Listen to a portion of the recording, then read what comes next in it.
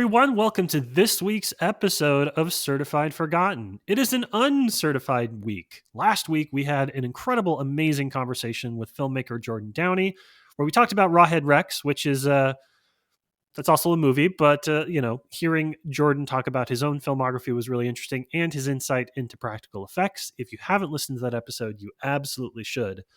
But it's an uncertified week, which means that Matt Donato and I are tackling a relatively newer release, a film actually that is going to be coming out this week. So the timing of this is good. And Donato, is it fair to say that we're still riding high off of the Substance Oscar nominations with your pick this week?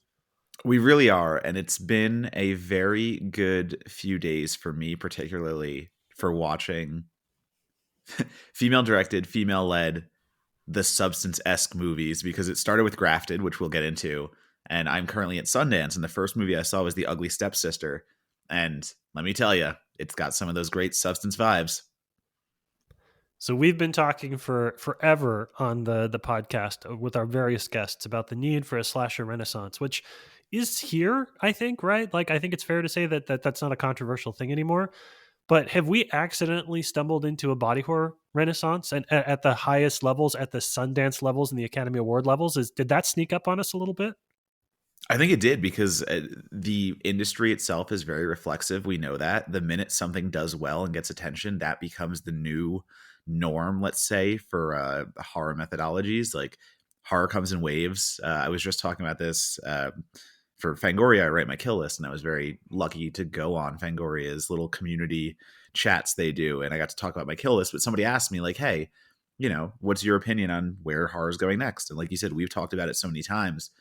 But now that I've had even a few more days to think about it, and seeing movies like Grafted and seeing a few more films now, obviously these were made before The Substance, so these are all happenstance. But yes, I 100% think we have somehow stumbled into this weird, obscure body horror movement, let's say, and that is because The Substance is getting the attention it is. I mean, producers are paying attention to what people like, and the minute one thing goes bonkers and becomes like a smash success, well, everyone wants that. We were just lucky that it happened to be like a fucking Brian Usna, Henenlotter, Trauma-esque fucking movie. But studios are like, hey, what if we make our weirdo epic now? Sure, fucking go for it. Yeah, there is no happier person in the world at the current industry trends than Matt Donato when it comes to Mondo horror and Mondo gore being ushered into the hallowed halls of the Academy Awards. But Okay, let's talk. but The Go Ugly ahead. Stepsister, before you go any farther, The Ugly Stepsister might get you, because it is a period retelling of Cinderella from the Ugly Stepsister story with some body horror, let's say. I don't know. I feel like this one might have your period attention. I am excited to check that one out. Obviously, I probably won't be seeing it for 6 months to a year alongside everybody else. But the early buzz coming out of Sundance has been really, really buzzy. And for your first Sundance, I'm glad. It feels like the couldn't have picked a better movie to kick off your first in person Sundance. What a good choice. We're off to the races, baby. And it's on Shutter. So Shutter purchased it. You'll all be able to see it probably this year or later this year. So let's talk about the body horror movie that we have picked, that you specifically have picked for today's episode of Uncertified. The film in question is Grafted. And if you're not one of those people that immediately like blocks time on your Friday mornings for new releases to watch films on Substance, then you haven't seen it yet. And so let's do a quick plot synopsis. It is Wei's freshman year of college, and already she can tell it's going to be a rough 4 years. Having recently made the move from China to New Zealand, Wei finds herself a cultural outlier, often mocked by her cousin Angela for the family's traditions and dishes. But none of that matters if Wei is able to finish her father's work, develop a biochemical compound that can heal damaged flesh in seconds. Unfortunately for New Zealand, though, Wei's mad scientist genes are not that far from the surface. The debut feature from Sasha Rainbow, Grafted, is equal parts The Substance and Face Off. Donato, tell me about where you first saw Grafted, where that came on your radar. Yeah, so Grafted was a simple one. It's a Shutter release. I did not see it at any festivals. It is simply the last movie that has hit Shutter, so it is available as of now. But I like to keep up with every Shutter release.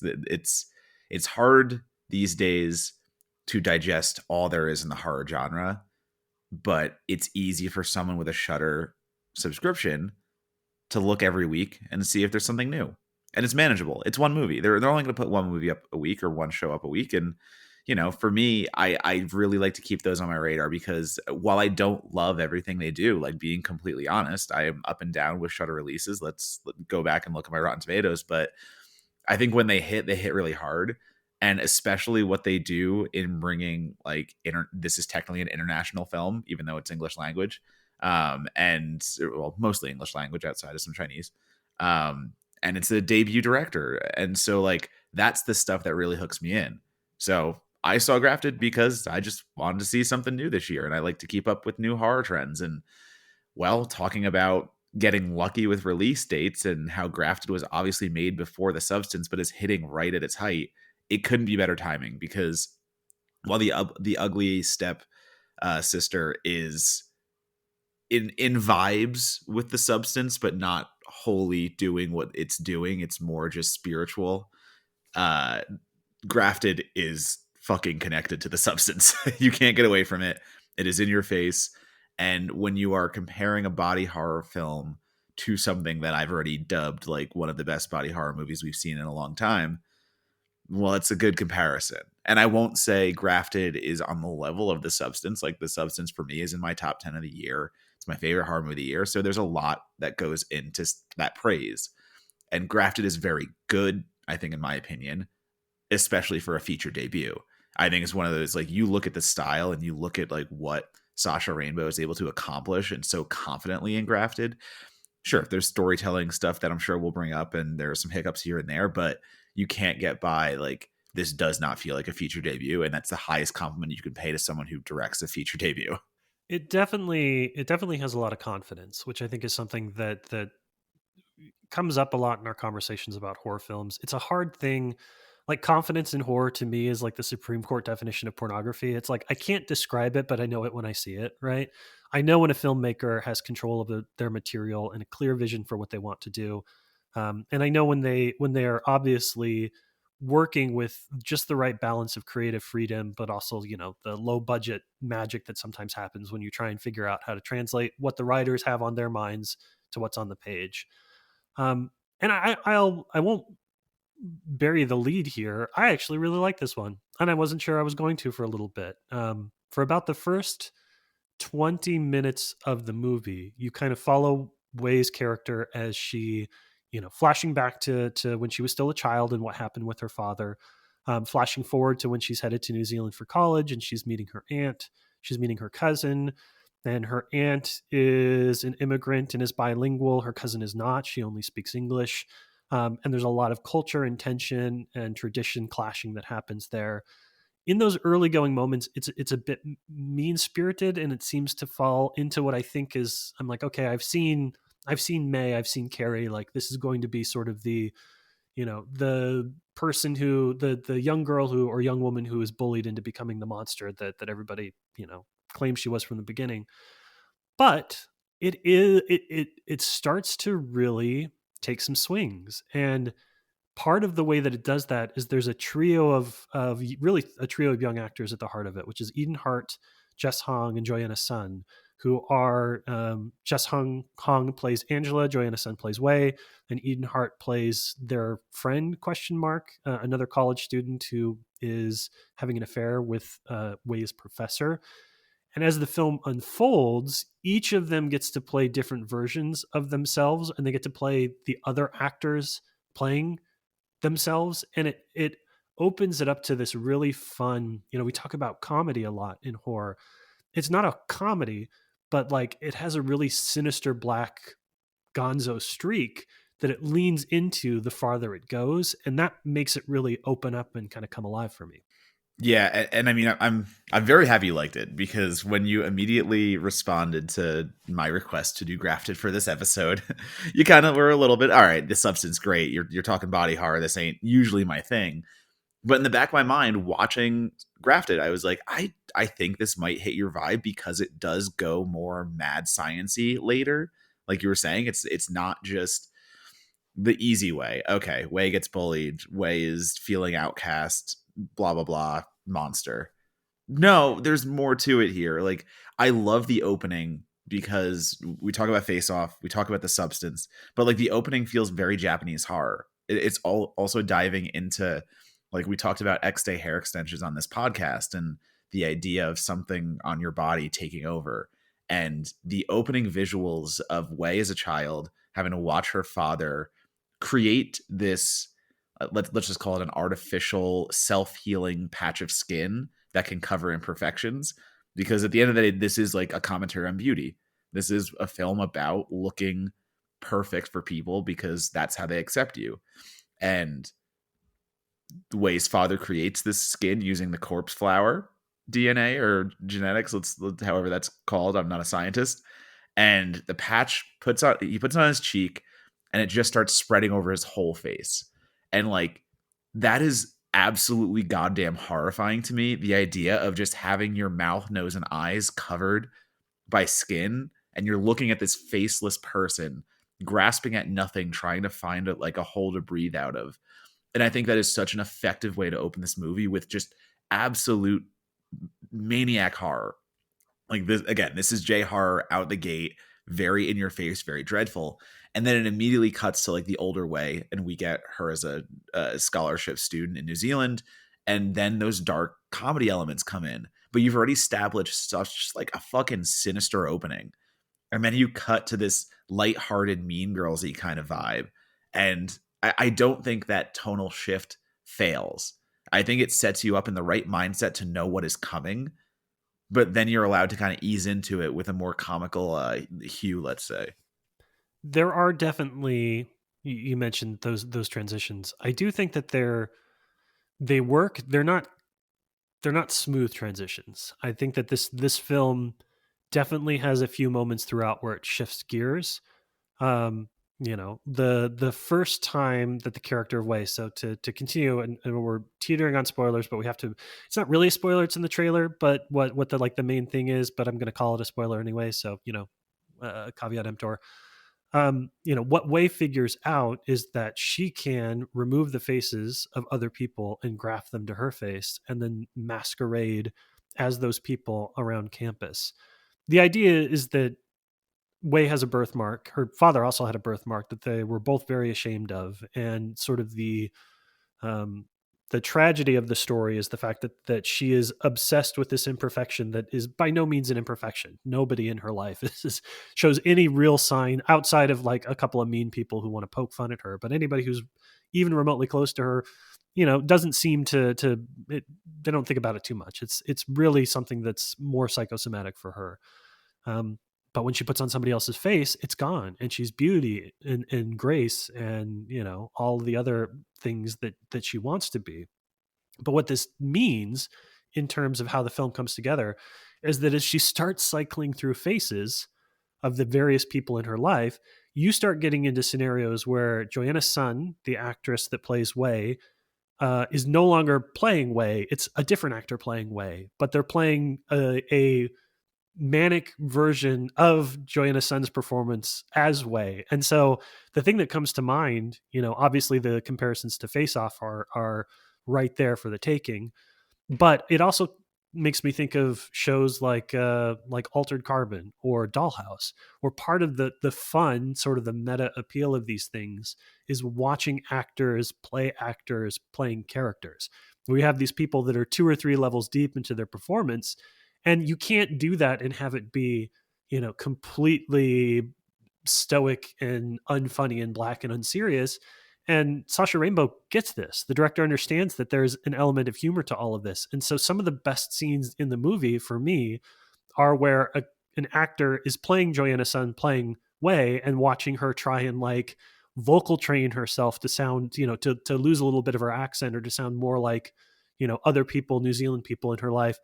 And it's just it's madness, and it's fun because of that. It's really delightful because of the way that they turn that into not a means to another set piece, but something that they explore and lean into and let the madness shine through in her eyes. I love that. Yeah, I think my favorite of all of that stuff is Jess Hong as Angela, which is Wei's cousin. And again, very stereotypical storytelling device. She comes in, Wei comes into her new home. Her auntie takes her in, and Angela is immediately the popular, hot version that Wei wants to be. Like, it's one of those scenarios where Wei wants to be Angela, but also wants to like take over Angela. You don't know if it's like actually friendship or some kind of hostage scenario at any point. And you eventually do find out later because we were talking about face-off elements and masks. So I not spoiler, but again, it happens. In any case, the way Jess Hong does exactly what you're saying. The way that Jess Hong is playing Joanna and specifically becoming Wei is such a challenge, but also so natural in her performance because she takes all those elements that make Angela like one of the queen bees of the college and make her, loved by everyone and like looked over by everyone. And she starts getting to be like coy and shy, and the way she pulls everything back and plays that like mousy way, but also in trying to do so, like has to in her mind be like, all right, I'm playing Wei, but I'm playing Wei as if she just became popular and has no idea how to deal with that stress and pressure. So I do agree with what you're saying. Like the actors are going hard in on the idea that they're playing like three versions of a character at once and having to somehow balance them. And I don't think there is that much balance, which is good because it is going crazy the farther it gets in. But I also think that's a little bit of a detriment to the storytelling because the crazier this movie gets and the more body horror centric we get, where we've got goopy syringe stuff and skins being flayed and faces being changed, the more the consequences and the thriller aspect come in. And that for me is where it starts to lose a little bit because it's very silly. This movie has never played straight.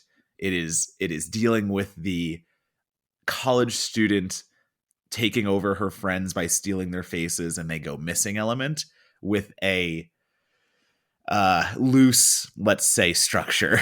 And for me, one of the things I'm just going to point out, and I can't get out of my head, I called out my review, but how did you interpret Wei's signature like buck tooth? She has one tooth that stands out, and that's how we know it's Wei.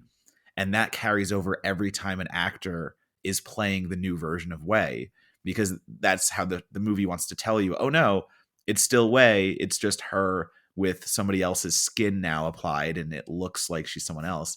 But how does no one else notice? I couldn't, like, the entire movie I'm sitting there going like, I know it's such a stupid small detail, but you have made sure that we all know this is a prominent thing in your film. So when the police come, or when somebody who knows both Wei and Angela, how do they not immediately pick up, oh, that's Wei's tooth? Like it's so trademark. How did you interpret that?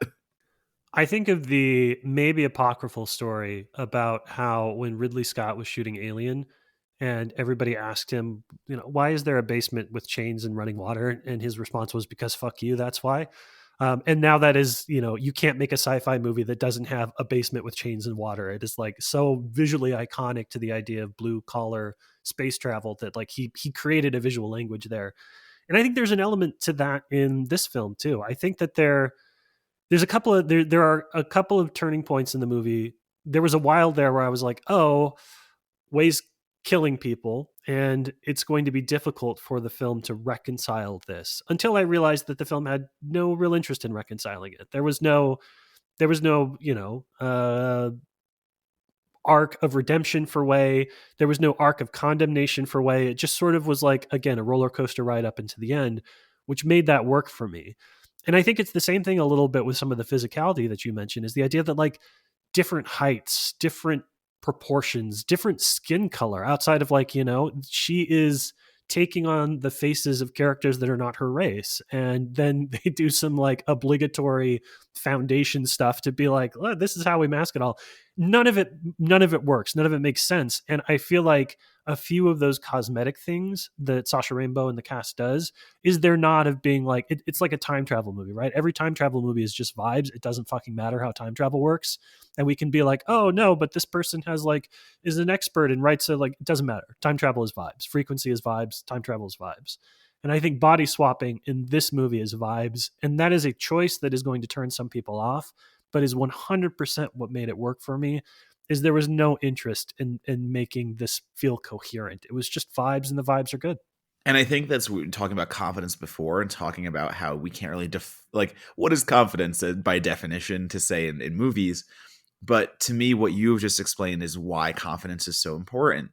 Because if Sasha Rainbow does not have the control, let's say, over over other elements, where okay, the story's kind of getting a little out of hand, but our effects are fucking on point, our performers are having an absolute blast. Like, if you are displaying all of that with a manner that is so sure-handed, then yeah, I'm way more into it. Because how many other movies that maybe don't have that same confidence and also have those same storytelling problems, they're not distracting you in the same way that a movie like Grafted can. Because Grafted is doing some things so well that the other things that it isn't doing as well, I can easily just forgive. I mean, that's the thing. Like, you go into criticism, and like you have this sliding, bar of how you interpret film and what you enjoy and the entertainment. And it's like, all right, if I can see some blemishes, but the bar is sliding on entertainment so far to the right end, how does that calculation go as a critic? How does that boil down? And for me, yeah, confidence, like steadiness, anything that is so impressive to look at that I am not thinking about, again, the tooth. That is, yeah, I can't stop thinking about the tooth, but it also doesn't kill it for me because of all the things you just said. Because everything else in there is like, oh no, this works so tremendously. So sure, you do the one thing where you don't really give a shit. Like, yeah, just vibes, just roll with it. I can roll with it because you are doing everything else so well. I'm glad that you mentioned, and I agree with you the way that you mentioned sort of the meter thing. I think there are folks that think that, and maybe this is the way it works for people that aren't me, but there are folks that think that like you watch a movie, you gather all the facts together, and then you choose from your array of stamps, your B stamp, your A stamp, your 4-star stamp, your 5-star stamp, and then you stamp the film with what your seal of approval was. And that is sort of a one-time decision that's made in the culmination of watching something and thinking about it.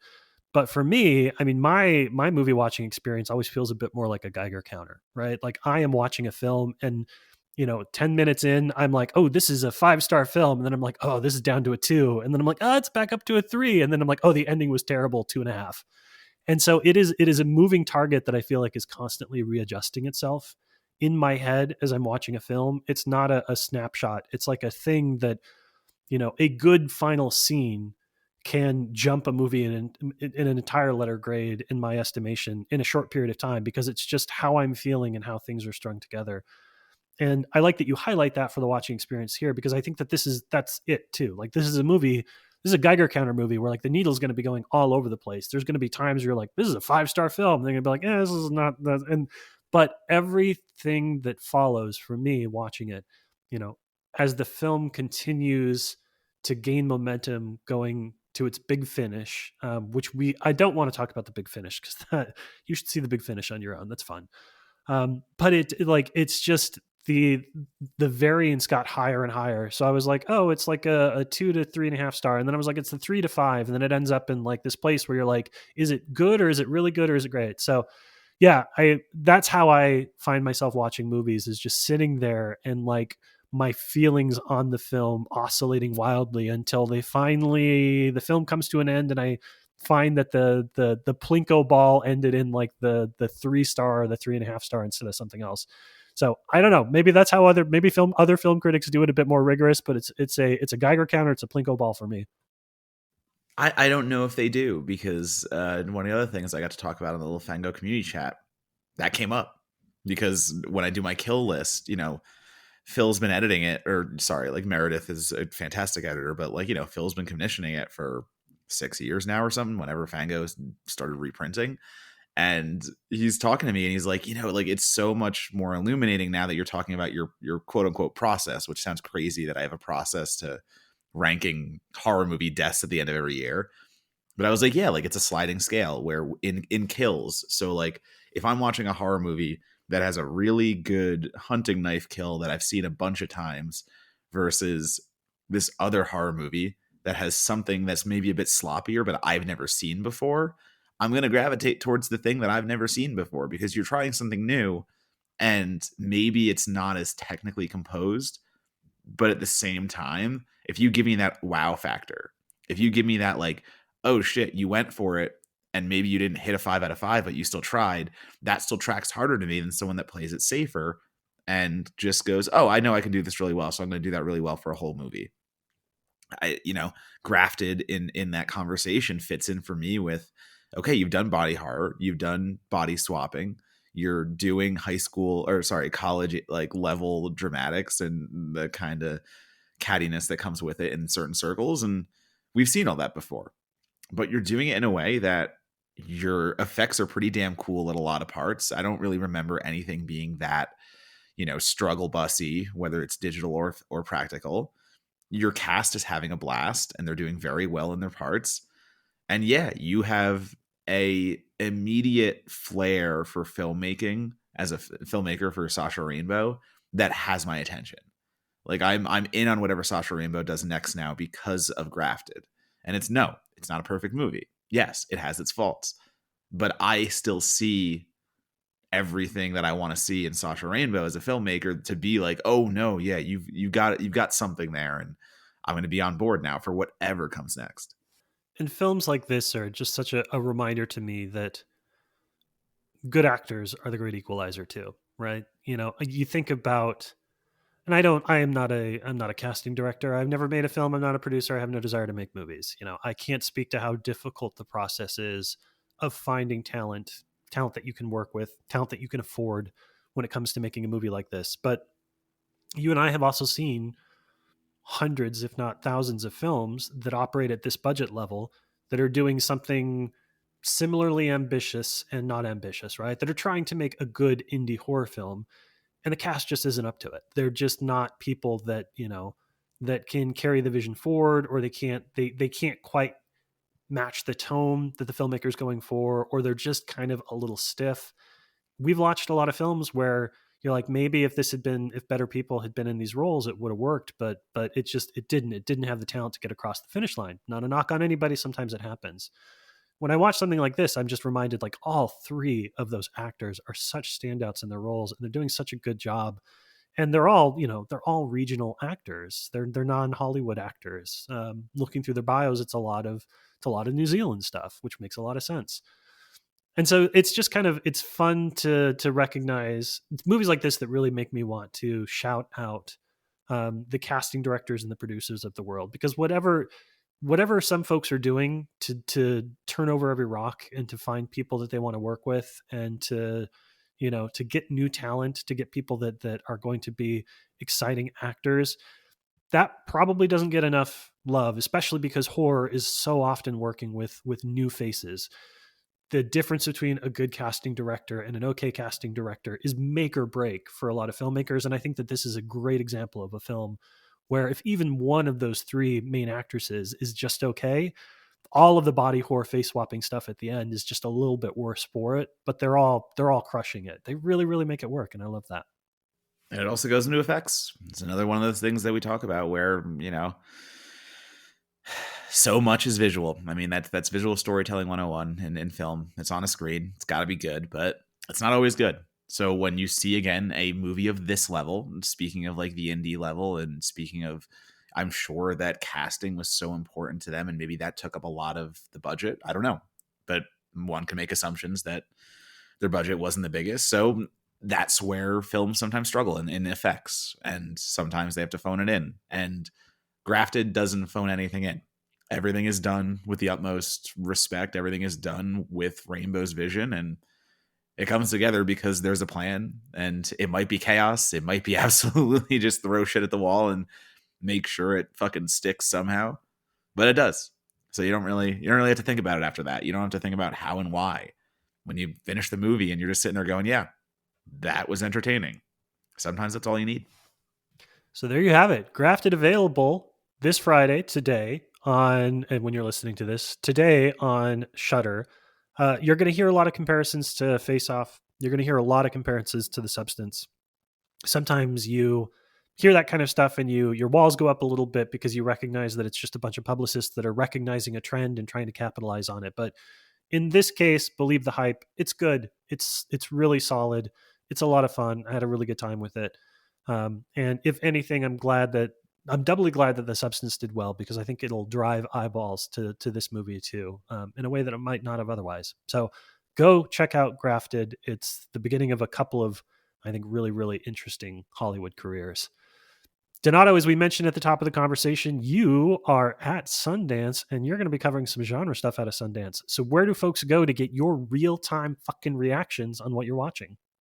Yes, thank you for dealing with my substance coffeeness already. It is cold here, and my body is not used to cold, so a little congested. But you can find me and my writing that is not congested at Donatobomb, DONATOBOMB, and that's going to be Blue Sky, Letterboxd, and Instagram. You're going to be getting immediate reactions to my Sundance watches, plus all of the reviews that are going to follow. I will be hitting all the Midnighters, especially, and a few more for the Wrap and Collider and some others. So yeah, Sundance is my imminent future. But fucking South by just dropped their lineup, so that's in the future too. And goddamn, I can't wait.